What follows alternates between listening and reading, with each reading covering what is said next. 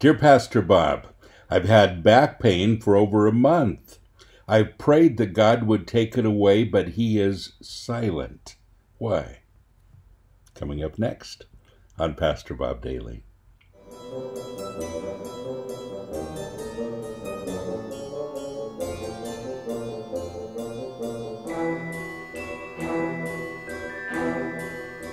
Thank you for joining me today. This question is one that I get often. Where is God in my pain? Why isn't he listening to me? Where did he go? We, for some reason, have equated, healing with God's presence and pain with his departure. Not the case.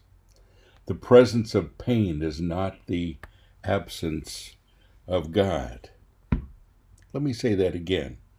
The presence of pain is not the absence of God. Just because you go through pain doesn't mean that God isn't there or that he isn't doing something. It may not be what you're seeing. Yeah.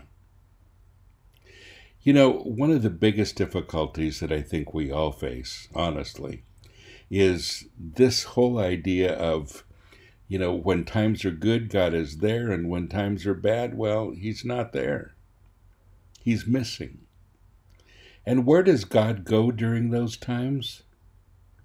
Yeah, exactly. God is there all the time. The Bible says he will never leave you. He will never forsake you. Even those times when you feel like you'd like him to do something for you that he's not doing. So the question becomes this. Does God honestly have your best at heart? How would you answer that? Well, it doesn't seem like it. He's not responding to my back pain. I understand that feeling. But is that true? Does it mean that he doesn't have your best at heart? I can't feel him, so he isn't there. Is that true? No. You see, the problem that we have, honestly, is that we fail to see God moving in our lives in some areas that we're not aware of. I think God heals us every day. We need healing every day. There are times in our lives when we definitely need to be healed emotionally and spiritually, as well as physically. What does God start first with? What are his priorities? Well, I would guess the spiritual part, because that has to do with your relationship. Why wouldn't he heal other pains? That's one of those questions I'm going to ask when I get there. Honestly, I've just finished 2 days of some health difficulties. I haven't been podcasting because of it.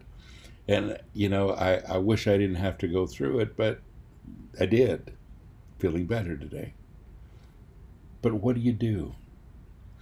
Do you lay there and blame God and say, God, if you really loved me, I wouldn't be sick. I wouldn't have any health problems.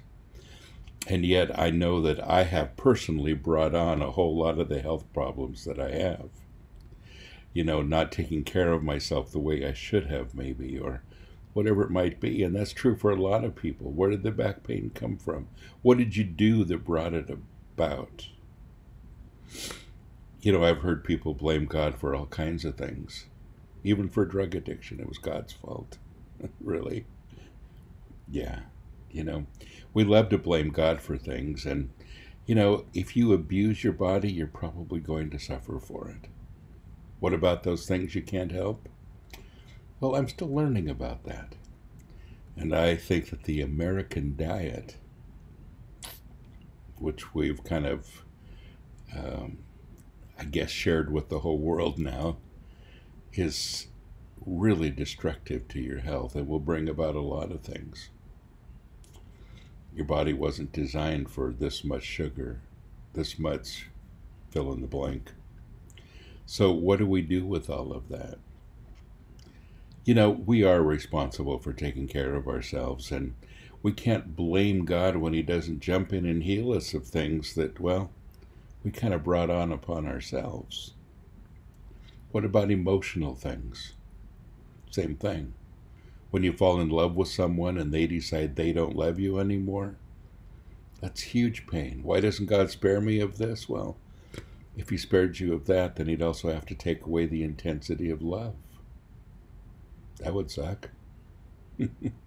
So we need to quit blaming God, because you see, he has really nothing to do with it. Just because I have some kind of pain doesn't mean that he's not there. So keep talking to him. Keep figuring it out. Keep seeking him in those times. He's talking. He'll answer. You'll figure it out. God bless you. Have a great day.